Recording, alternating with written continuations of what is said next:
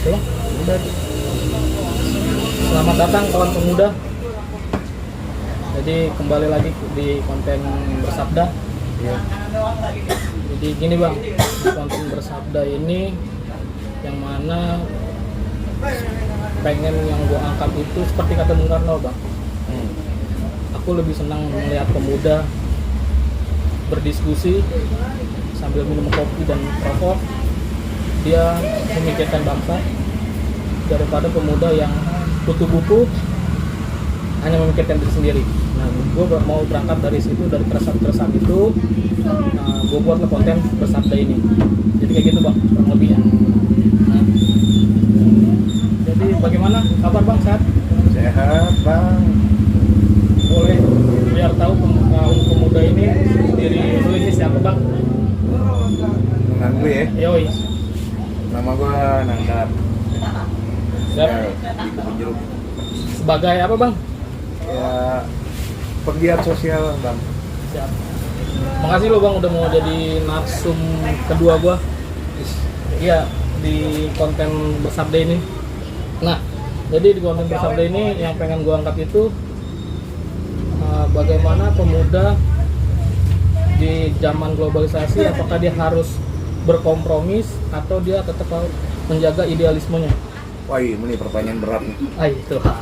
Berat. Nah kayak gitu bang. Jadi yang pertama yang pengen gue tanyain bang, sebagai penggiat sosial atau apa nih bang? Ya soalnya dia lebih luas ya. Sosialnya kali bang atau? Nah jadi kayak gitu. Jadi menurut lo nih bang, pemuda ini dia harus berkompromis atau dia harus tetap menjaga idealismenya dalam hidup ya? Ya, dalam hidup. Bagaimana tuh bang? Bener ini berat nih pertanyaan nih teman-teman nih. Dan saya udah bisa ada nih. Ini berat banget, berat Enggak banget. lah. Kita pemuda cara berpikir idealis atau Harus dia berkompromis. berkompromi. Sebenarnya kadang suka gini ya. Dua keinginan ya. Kita mau idealis atau berkompromi. Kadang buat saya pribadi melihat dua sisi. Dua sisi yang dimaksud sini adalah misalnya pahami dulu resiko-resiko dulu yang dihadapi. Misal idealis, ya resikonya dia hidup miskin, bahkan teman sedikit, tapi dia punya pengikut yang banyak. Jadi kalau berkompromi, ini juga bisa dikatakan dua hal yang berbeda ya. Kompromi dalam arti menuju tujuannya dia, atau berkompromi menjatuhkan idealisme dia. Itu dulu pengantar yang mungkin bisa disampaikan ya. Tinggal emang mau lari kemana ini soal idealismenya itu. Ya kalau kita mau ngeliat tren yang lagi luas, ada perkumpulan atau pribadi orang, jadi idealis hidupnya begitu sendiri, miskin, mau rokok aja susah. Tapi kalau dia berkompromi, ya contoh kalau dalam dunia kerja, ya jilat atas injek bawah. Ya memang harus. Jadi lu mau dapat sesuatu ya, kalau mana jilat bosnya, harus duit tuh.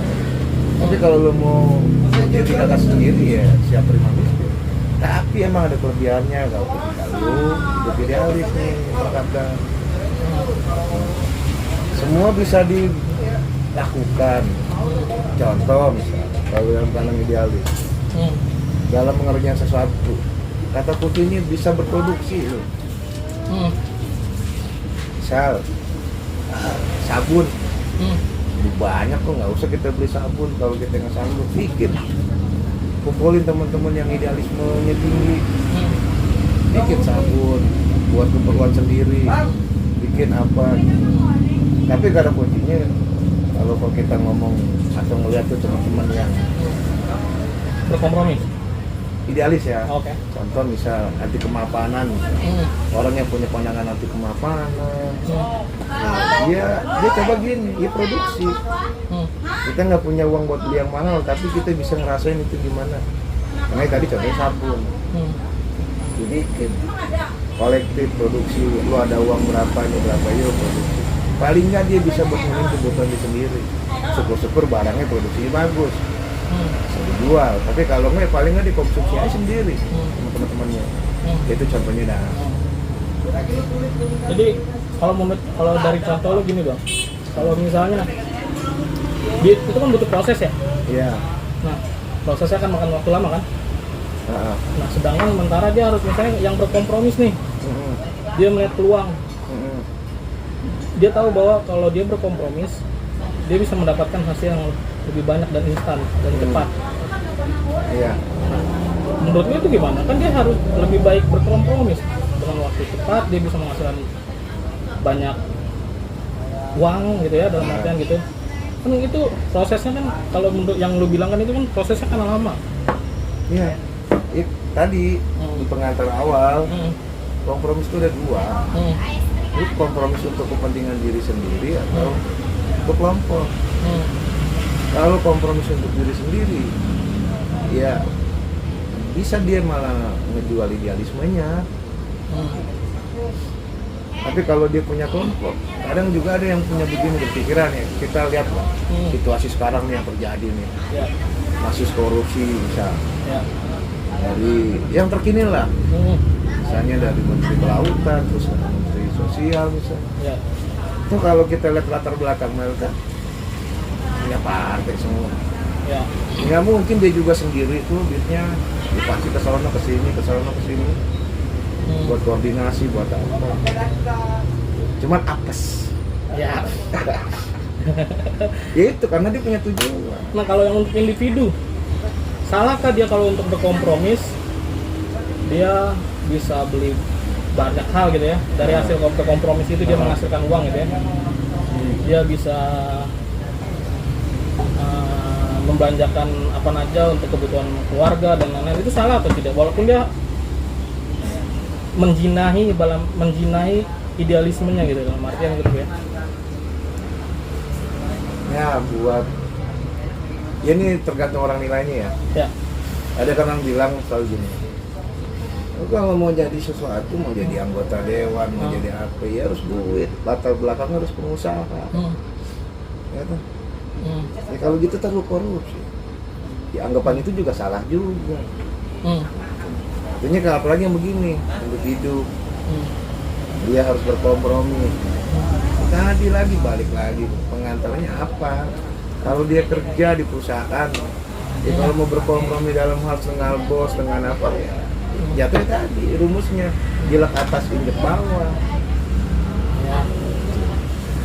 Ini yang kalau buat personal ya itu baik lagi lah ya. Tapi kalau dia udah ngomong perkumpulan, maksudnya dia udah berkumpul gitu ya. Maksudnya dia udah punya teman satu atau lebih dari 2 teman, 3 teman, ya dia harus punya tujuan yang sama. Komprominya harus dihitung. Tapi kalau contoh di individu ya, ada juga orang yang berkompromi dalam satu tindakan gitu. Soalnya banyak dari toko luar misalnya Robin Hood, atau di Asia ada juga pasukan, bukan pasukan, ya ada orang gembel lah ya, pemulung, peminta-minta. Atau ada lagi di Indonesia Titum, dia ngelakuin sesuatu bukan buat pribadi dia. Walaupun dari kacamata orang itu perbuatan jelek, tapi mungkin pada zaman itu dibutuhin. Pertanyaannya kan zaman sekarang, situs sekarang, bisa nggak hal kayak gitu dianggap lumrah atau dianggap itu herois atau apa? Nggak mungkin ya bang. Ya itu kembali lagi tergantung situasi, jawaban seseorang itu. Nah, ada yang pernah bilang gini bang, Jakarta itu untuk ditaklukkan, bukan untuk dikeluhkan. Berarti mau nggak mau kita harus berkompromis. Bahasa katanya kita apapun yang ada peluang kita gerus. Karena kita harus naklukin Jakarta, bukan dikeluhkan Jakarta itu. Dia udah tahu ada peluang besar di sana. Ya, lagi. Dia mau naklukin Jakartanya, mau cepet jatuh apa mau langgeng. Kalau semua dibilang ada kesempatan ambil sebanyak-banyaknya, ya cepet jatuh. yang musuhin. Ya. Ya kan? Itu dari maksudnya ya orang harus punya pilihan dulu. Hidupku tujuannya mau ngapain? Cara pandang lu ngeliat sesuatu itu gimana? Ya kalau dia cuma ke sendiri jebret udah nggak ngeliat kiri kanan ya cepet tergerus. Tapi kalau misalnya dia berkonflik dalam tanda kutip ya, gua bukan hanya gua doang sendiri. Maksudnya itu kayak gitu berarti kita harus bagi rata gitu kan, maksudnya siram gitu. Bukan bagi rata. Kalau bagi rata juga nggak benar juga. Bahasanya bukan gitu ya. Proporsi aja. Oh. Ya sesuai aja kebutuhan. Oh kalau dapat sesuatu A, lingkupnya mana aja nih? Ya lingkup itu aja, nggak perlu juga orang tahu. Ya. Maksudnya juga terlalu banyak juga nanti lu malah nggak dapet. Ya sama juga sih sebenarnya banyak lah, mungkin para pemirsa juga ada ngerti. Bekerja, kalau bekerja mau kaya bekerja. Selain bekerja apa ya usaha, bicara sampingan. Ya, tanda kutip sampingan itu kan kadang masih abstrak bahasanya. Ya. Masih umum. Ya. Sampingannya kayak gimana gitu. Ya. Usaha. Nah, usaha juga kalau nggak punya patokan, nggak punya dasar juga mah. Ya, mau apa? Mau usaha. Ada orang kebalikan ini cara berpikir yang beda. Ada modal, tapi dia bingung mau usaha apa. Kan juga dua sisinya sih dipikirin. Ada orang mau usaha tapi nggak punya modal alasannya. Ya. Tapi juga yang ada modal dia bingung usaha apa. Ya. Ya kadang selalu bilang niat. Ya niat doang.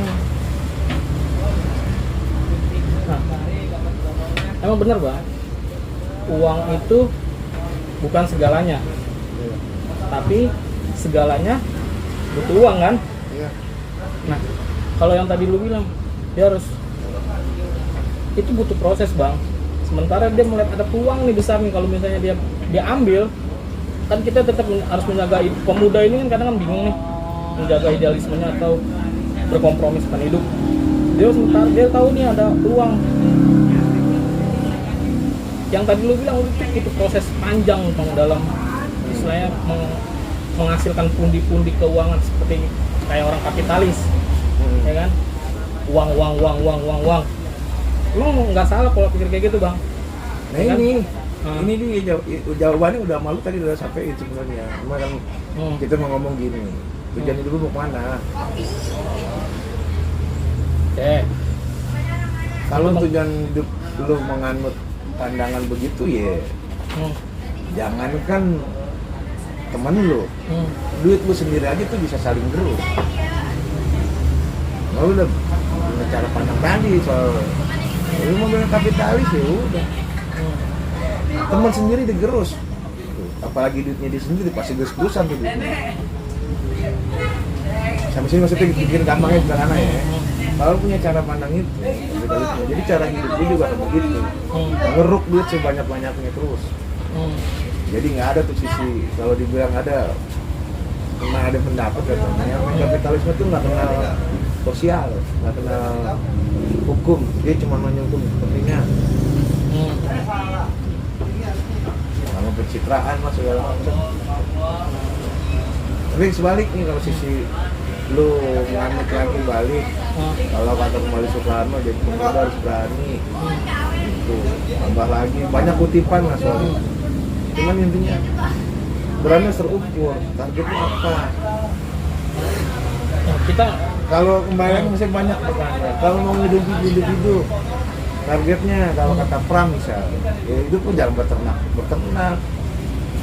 Jadi pemuda, nyari uang, nikah, punya anak, bangun lagi keluarga.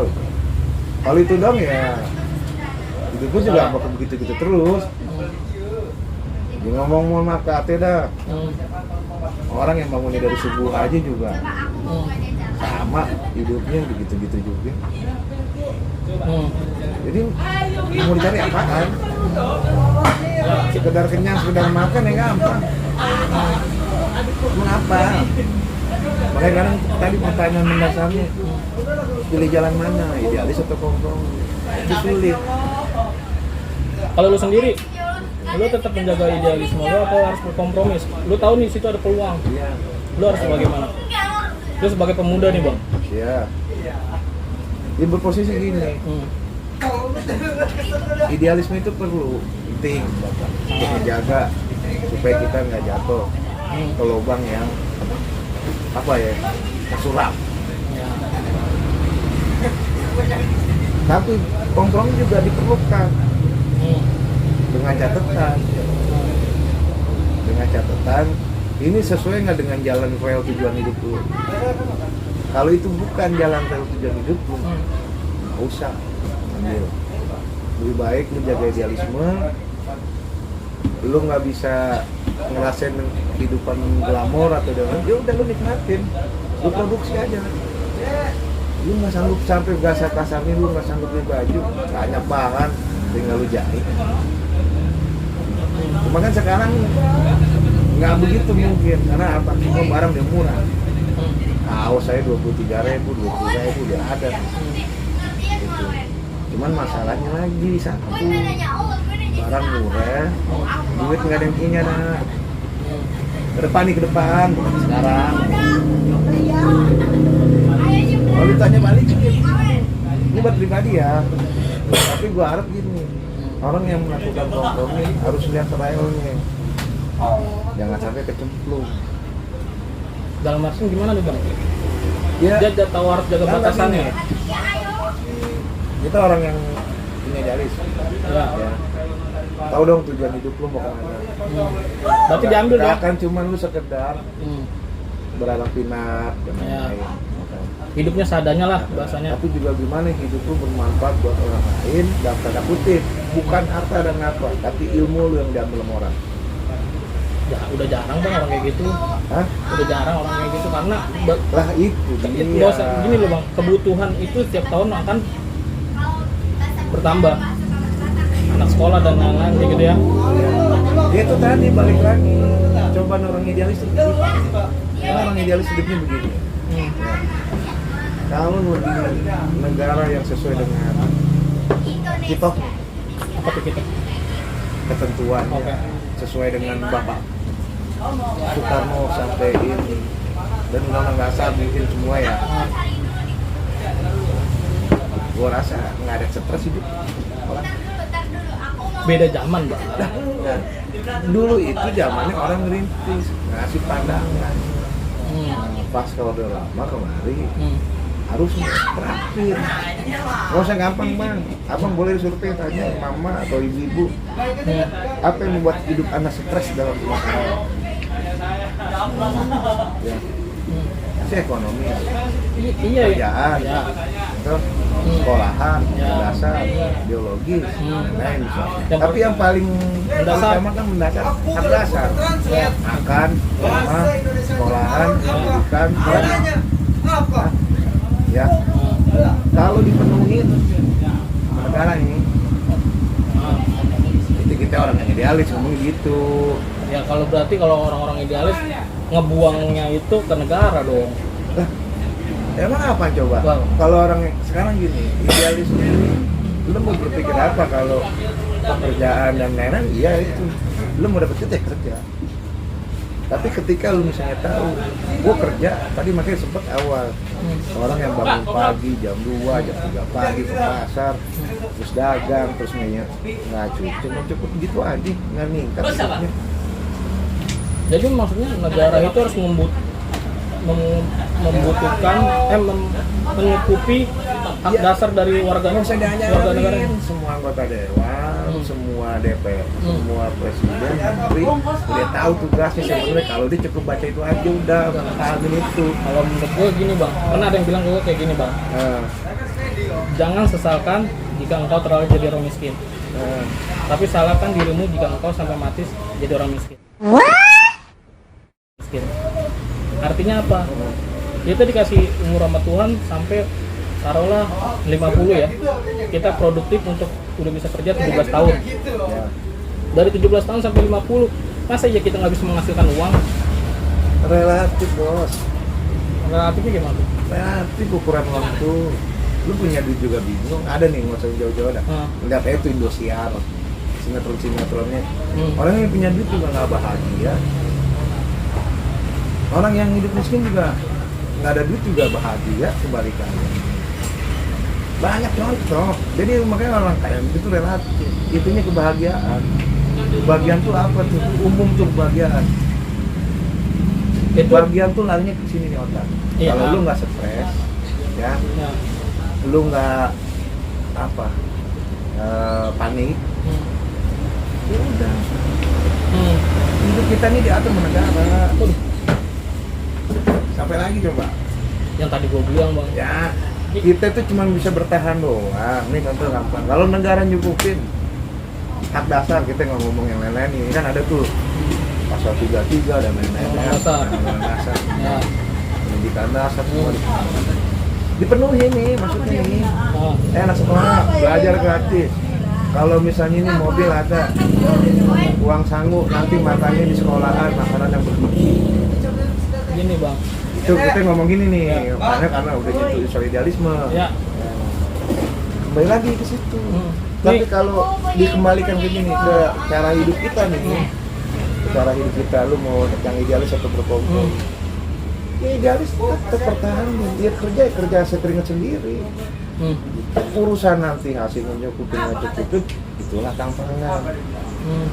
Tapi kalau lu mau maksudnya tadi lu ada kesempatan lu untuk jadi kaya, tapi caranya salah. Ya, kiri kanan digetok. 10 menit lagi. Cepat itu mah gitu. Nah, pertama gue begini bang. Ukuran kebahagiaan itu memang relatif, beda-beda. Kalau mungkin kebahagiaan versi orang yang sederhana lah ya, sederhana. Kebahagiaan itu bukan tolak ukurnya uang, tapi untuk orang yang berada, tolak ukur kebahagiaan itu ya uang.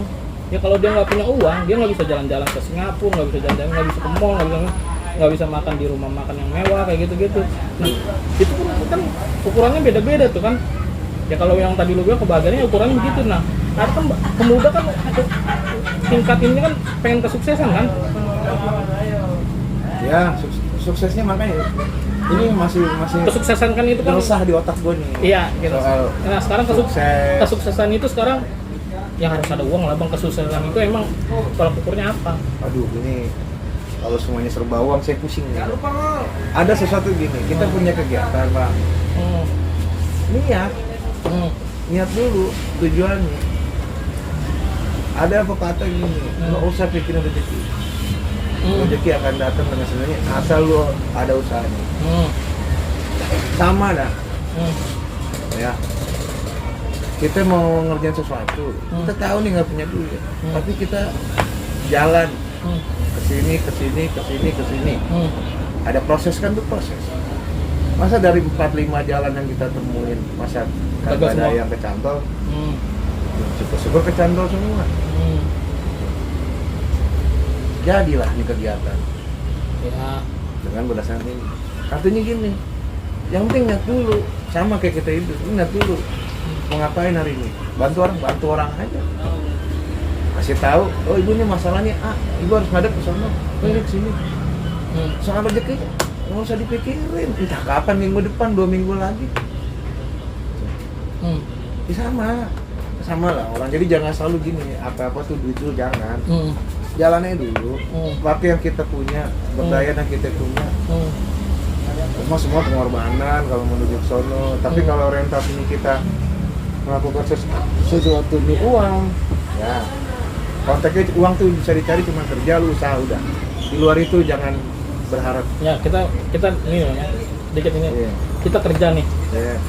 Taruhlah upah minimum Jakarta ya 4,5. Dia punya cicilan motor 1,5. Iya. Dia punya cicilan lain-lain pinjaman lah ya.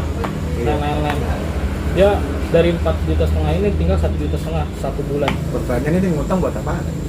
Motor doang kan yang lain-lain ada apa? Misalnya anak atau keluarga lah yang What the fuck? Jadi gini, Bang. Ada kata-kata dari Che Guevara kalau nggak salah. Iya.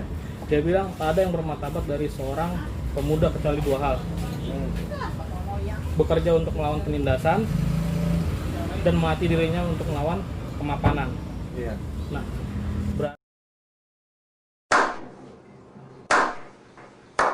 berarti pemuda nggak boleh hidupnya mapan dong. Bukan. Yang gue tangkap bukan gitu bahasanya. Tidak berkompromi. Ya. Artinya gini, bahwa apa yang disampaikan itu kutipan tadi yang abang sampai itu adalah roh buat para pemuda yang revolusioner. Ya. Itu dia udah nyampein kok. Sebenarnya di situ ada kata menjuang hati ketidakadilan, hati mapan. Artinya dia lu idealisme, dia lu siap miskin. Miskin dalam tanda kutip ya, Hidupnya seadanya. bisa produksi dikit-dikit, nggak perlu beli, bisa jaga hatinya dia supaya ngerti, oh gue nggak butuh itu yang namanya kendaraan bagus, yang penting asal bisa jalan. Apalagi situasi sekarang nih buat pemuda misalnya, handphone 3 bulan sekali, 6 bulan sekali udah ganti merek, udah ganti tipe. Padahal kan sebenarnya fungsinya 2 bang. Telepon, WA, SMS, udah. Sisanya paling ya Gmail tambahan ya buat baca. Kan apaan coba perhatiin, mau sebagus apa tuh, paling kamera. Orang nggak ngerti kan aja tuh yang bagus-bagus terus.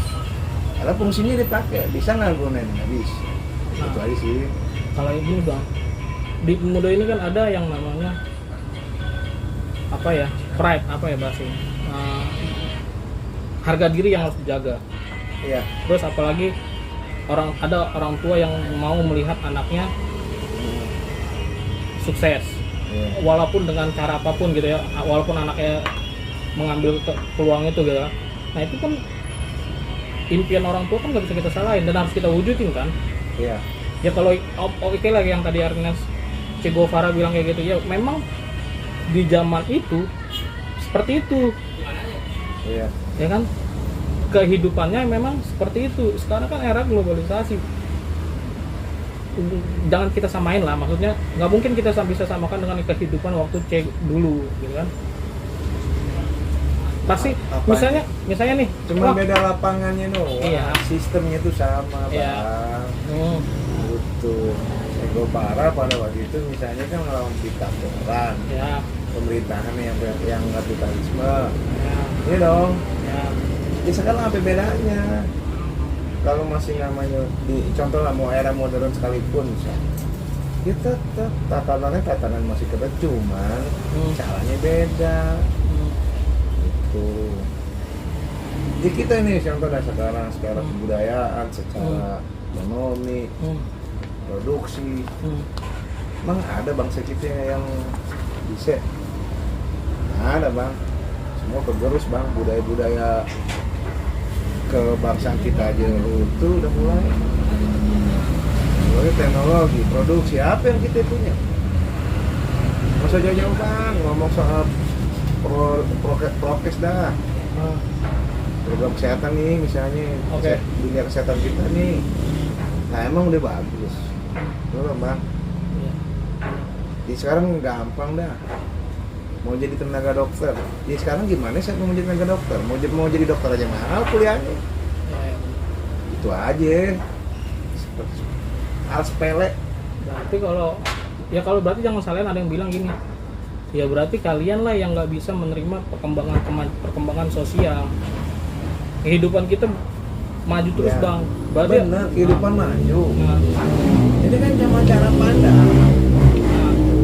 Kehidupan maju itu kan sangat kuat. Kita mah karena sistem bang. ya berarti orang-orang yang kayak gitu nggak siap akan perubahan bang. Sekarang gini, tadi bahasa Che Guevara, ada lagi nih yang lebihnya. Jika hatimu bergetar melihat ketidakadilan dan maka kau adalah saudaraku. Ya. Dia kan mau bilang, ini di Indonesia ini ada nggak sih ketidakadilan? Ada nggak sih penindasan? Ada yang bilang, ada bang. Tapi halus nindasnya. Ada bang. Kalau ngomong keadilan gini bang, kalau ngomong keadilan dalam apa ya, ada yang bilang kalau ngomongin keadilan itu nggak bisa satu versi. Ya. Kalau kita bicara keadilan itu misalnya lu kiri gitu ya, lu dianggap komunis. Kalau ke kanan lu akan ke dogma. Nah, kalau jadi intinya itu jangan bicara keadilan, karena keadilan itu manusianya yang dibuat. Kitanya yang harus bekerja, kitanya yang harus mencari pekerjaan, jangan menuntut pemerintah untuk membantu seperti kata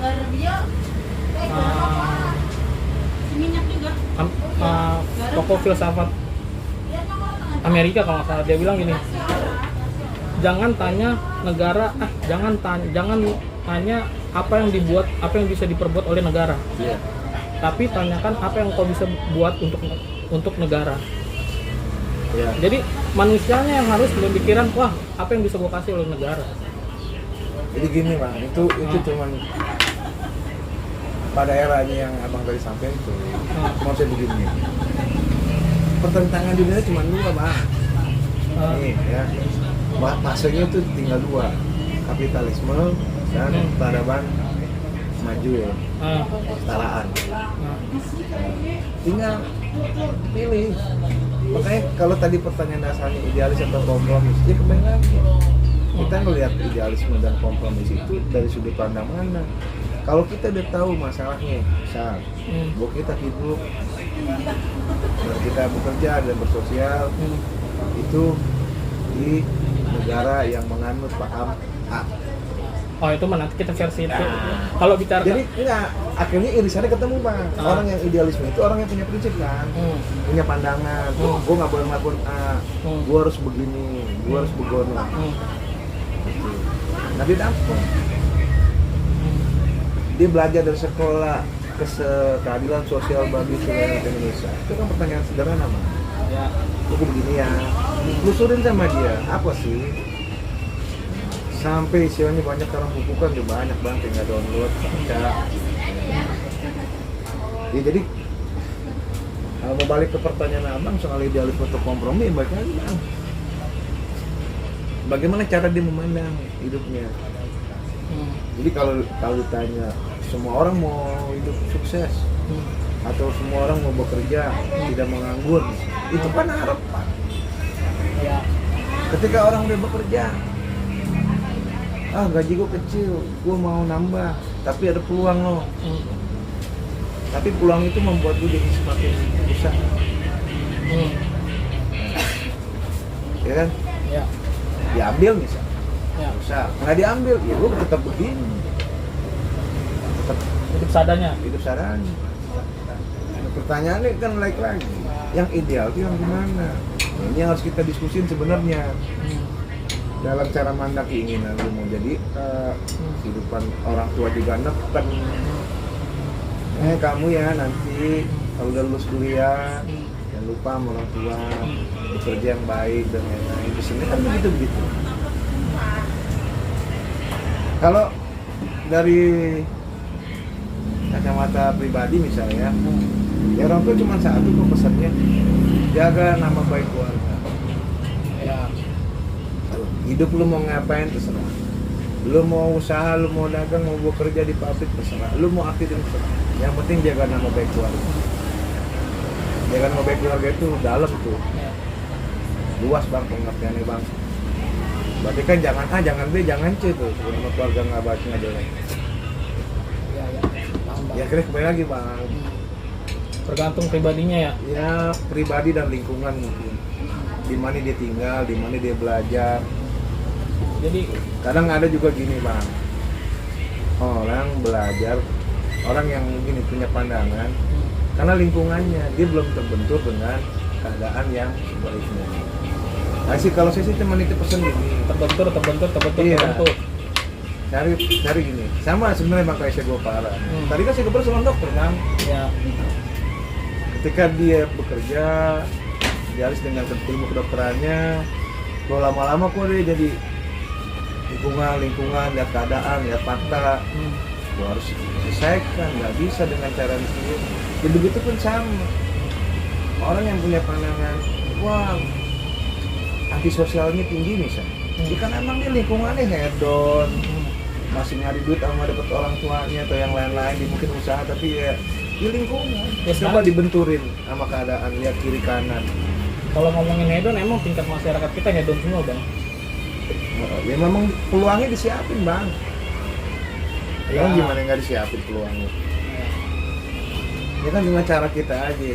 Emang kita yang kagak punya duit emang nggak boleh? Don? Boleh. Cuma caranya beda. Bentuknya juga beda. Gue sih. Ya gampangnya lah, misalnya, waduh, hedonnya di sono di tempat minumannya mahal-mahal. Dia buat orang yang bercukupan rendah.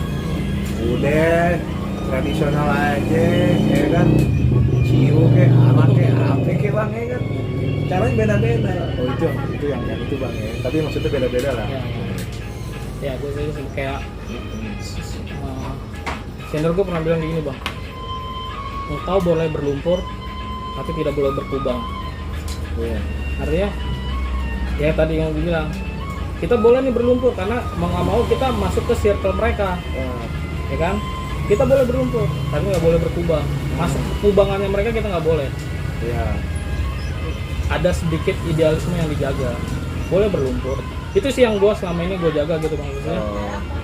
Maksudnya ya kita berlumpur ya dalam artian berlumpur itu kita tahu masuk ke circle-nya gitu ya.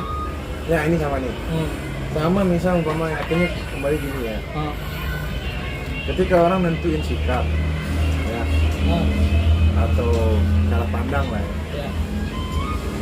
Ya lu juga nggak juga harus maksudnya fanatik kali ya. Artinya gitu bang. Misalnya kita nonton satu sikap nih, A misal. Ya lu juga jangan fanatik lah kiri kanan. Artinya apa? Juga jangan lu sok.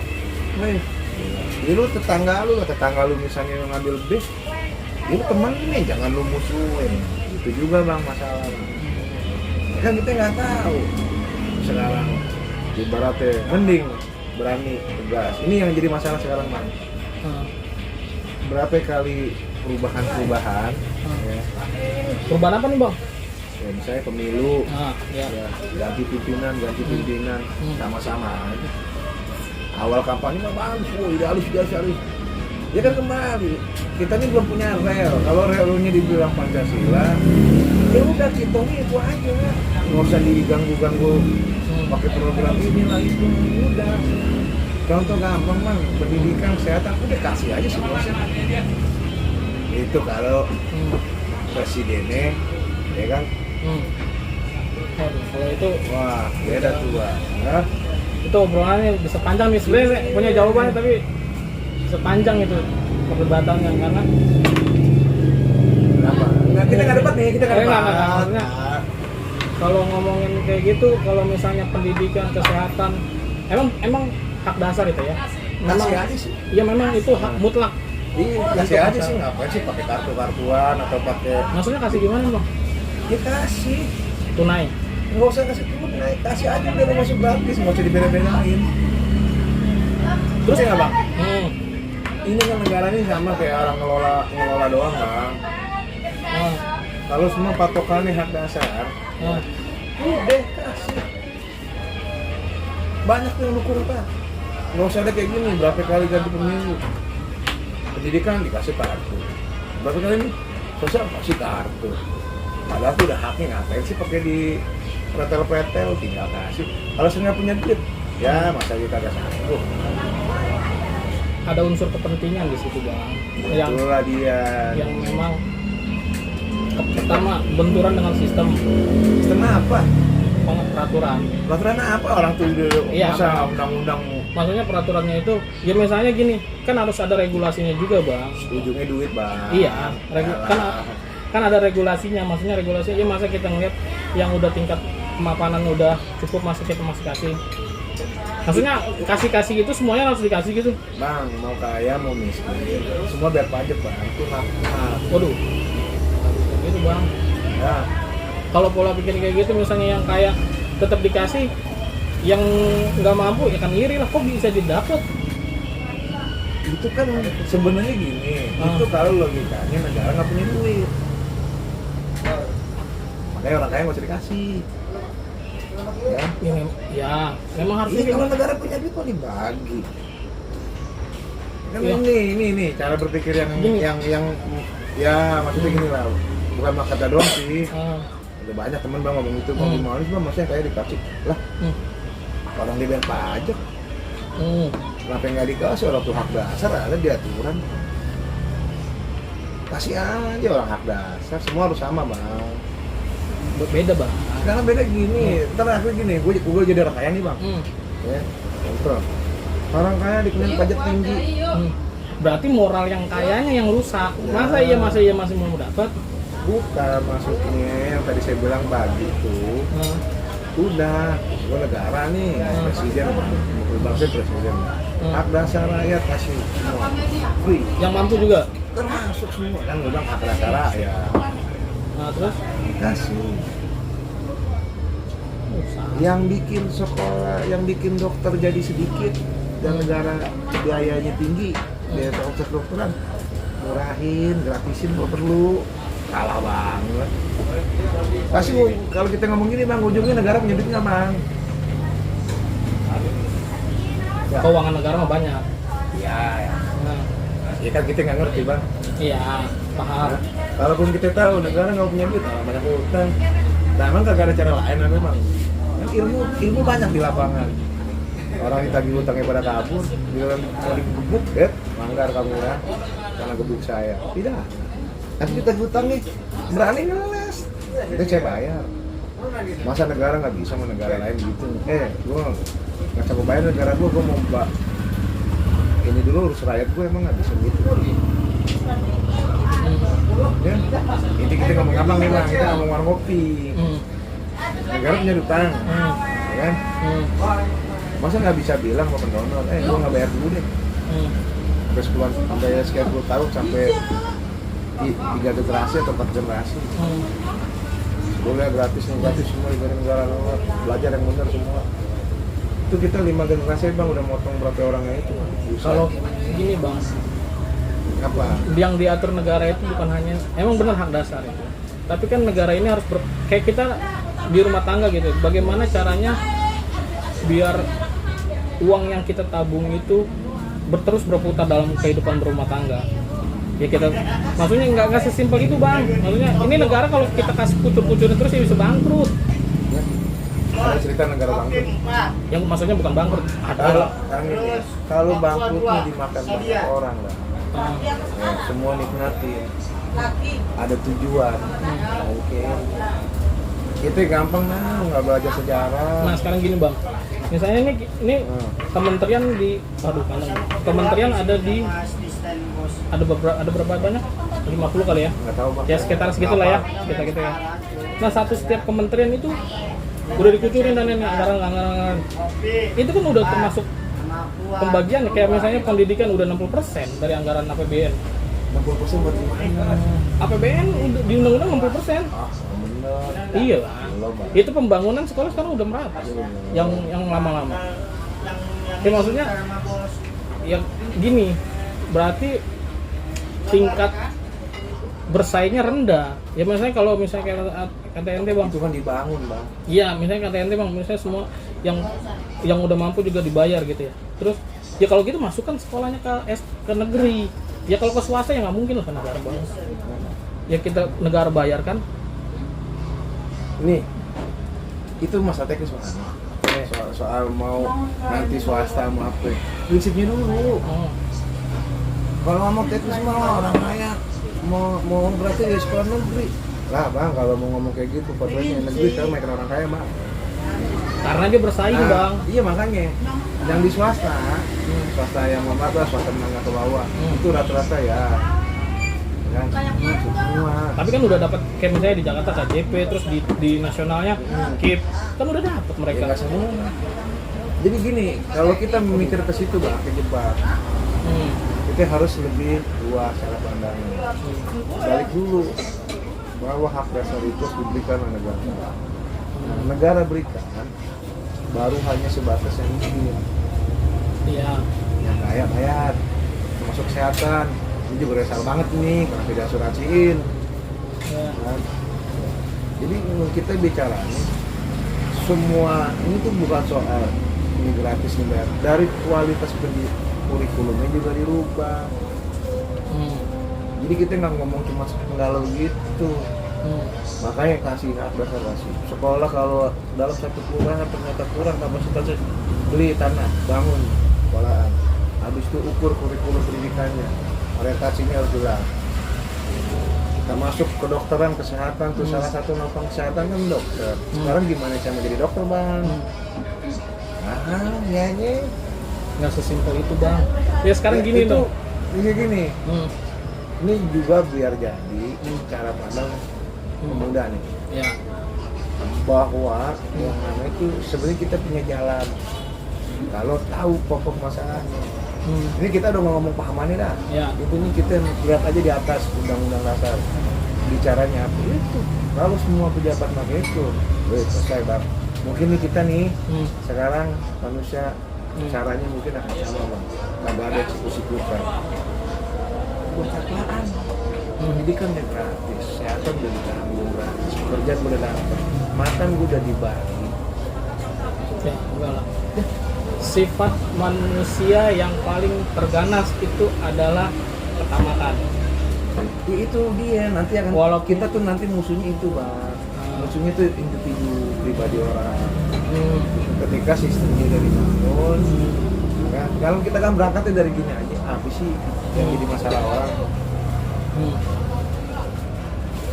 Jangan susah bang, pendidikan susah bang. Iya bener gratis bang, ada KJP, ada apa bang. Cuma kan bang, kosnya bang sih, dan lain-lain bang. Ya kan? Terus kontrakan bang, gue belum punya rumah bang. Terus tambah lagi. Itu negara yang ngasih bang. Semua ini hak dasar bukan bang? Waduh, kalau kayak gitu salah. Ini hak dasar bukan? Ya. Ya tapi itu dulu hak dasar bukan. Soal ada duit nggak ada duit, periksa dong. Kan ini kita nggak, saya bukan yang saya di partai-partai bukan. Enggak, gini. Ya bang, gini yang tadi saya bilang bang. Jangan sesalkan jika engkau terlahir jadi orang miskin, tapi salahkan dirimu jika sampai mati engkau jadi orang miskin. Artinya apa? Ya, lu kerja, lu dikasih umur sampai 30 tahun produktif ya bang. Masa lu nggak bisa? Ya ini kutipan yang menurut saya ini salah. Ini mengandung paham. Ya apa tuh? Ya, kalau jangan salahkan kamu lahir miskin, jangan salahkan kamu mati miskin, itu paham pak. Yang saya tangkap ya. Paham apa? Ya udah, lu harus jadi kaya, jadi seorang, jadi orang. Soal acaranya gimana itu urusan ini kembali ke konteks apa? Kalau orang mau yang tadi pakai pengertian itu bang, ya hidupnya dia akan jadi benar berkompromi dengan punya idealis. Karena yang dicari gue nggak mau jadi miskin, mati gue miskin.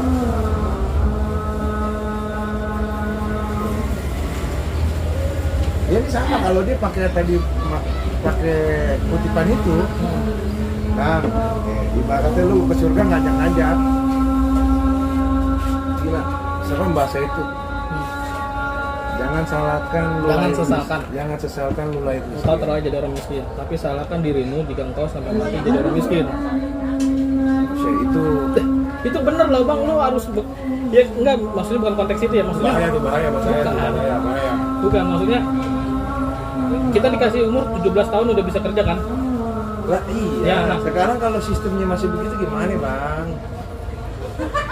Kan ini udah di awal orang kerja, ngos-ngosan.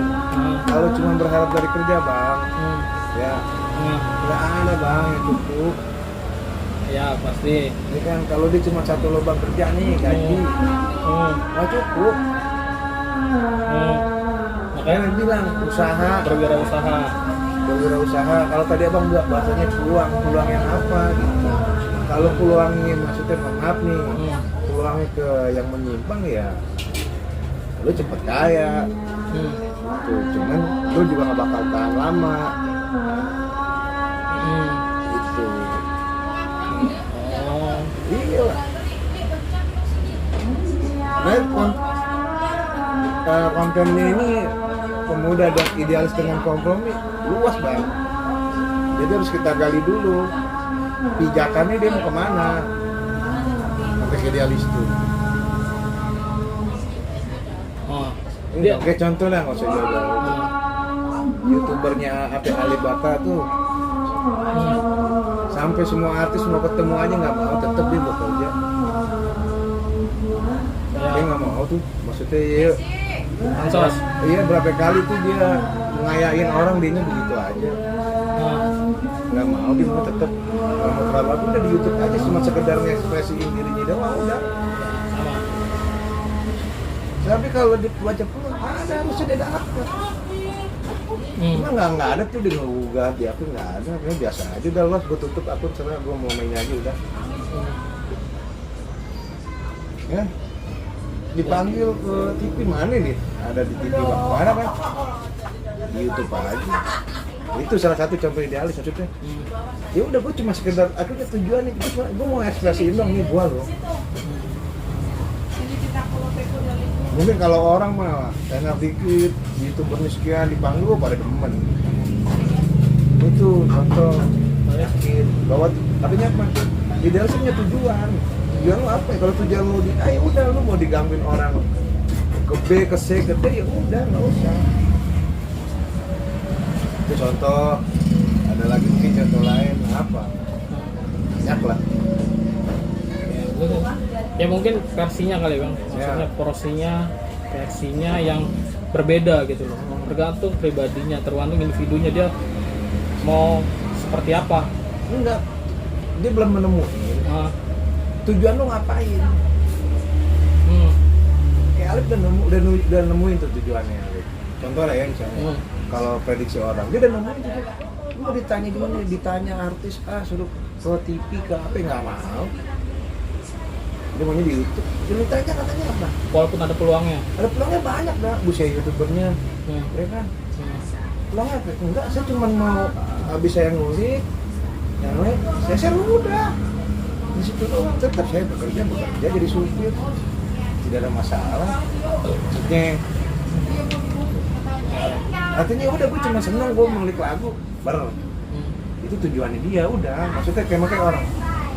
Lu mau idealis atau kompromi? Ya, kemudian pertanyaan nih, idealis tujuan lu apa? Ya. Jadi cuma idealis dan kompromi itu cuma taktik. Sorry. Ralat. Idealisme, kompromi itu cuma eksistensi orangnya bang. Itu dia harus punya tujuan.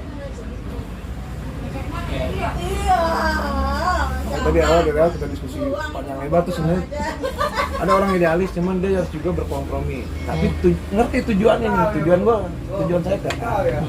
Dalam perjalanan ke A, ada yang harus dikompromiin nih. Tapi nggak lari dari tujuan A. Nah, komprominya dia adalah menuju A. Mungkin ada perhitungan. Kan kita nggak tahu tujuan orang semua bang. Komprominya apa? Nah, pasti kalau dia idealis, dia akan pertahanan apa yang diyakini, dia akan berkompromi terhadap dengan tujuan ada menuju keyakinan dia. Karena ini rumusnya rumus sederhana ya. Maksudnya termasuk kalau mau contoh lagi kaum ibu dapat uang sangu sekian 20.000 misal, tapi bagaimana pulang dapat lauk, dapat sayur, dapat dan lain-lain. Dia berkompromi dong akhirnya. Belanja aja dia harus berkompromi bang. Kompromi dalam tanda kutip bukan nawar. Gimana caranya ada lauk A, ada lauk B, lauk apa? Baksonya 1 ke 2, ininya 3. Itu caranya dia bang. Itu gambaran contoh kecil. Yang penting saya pulang ada menu A, menu B, menu C, bisa mencukupi. Itu contoh kecil gitu.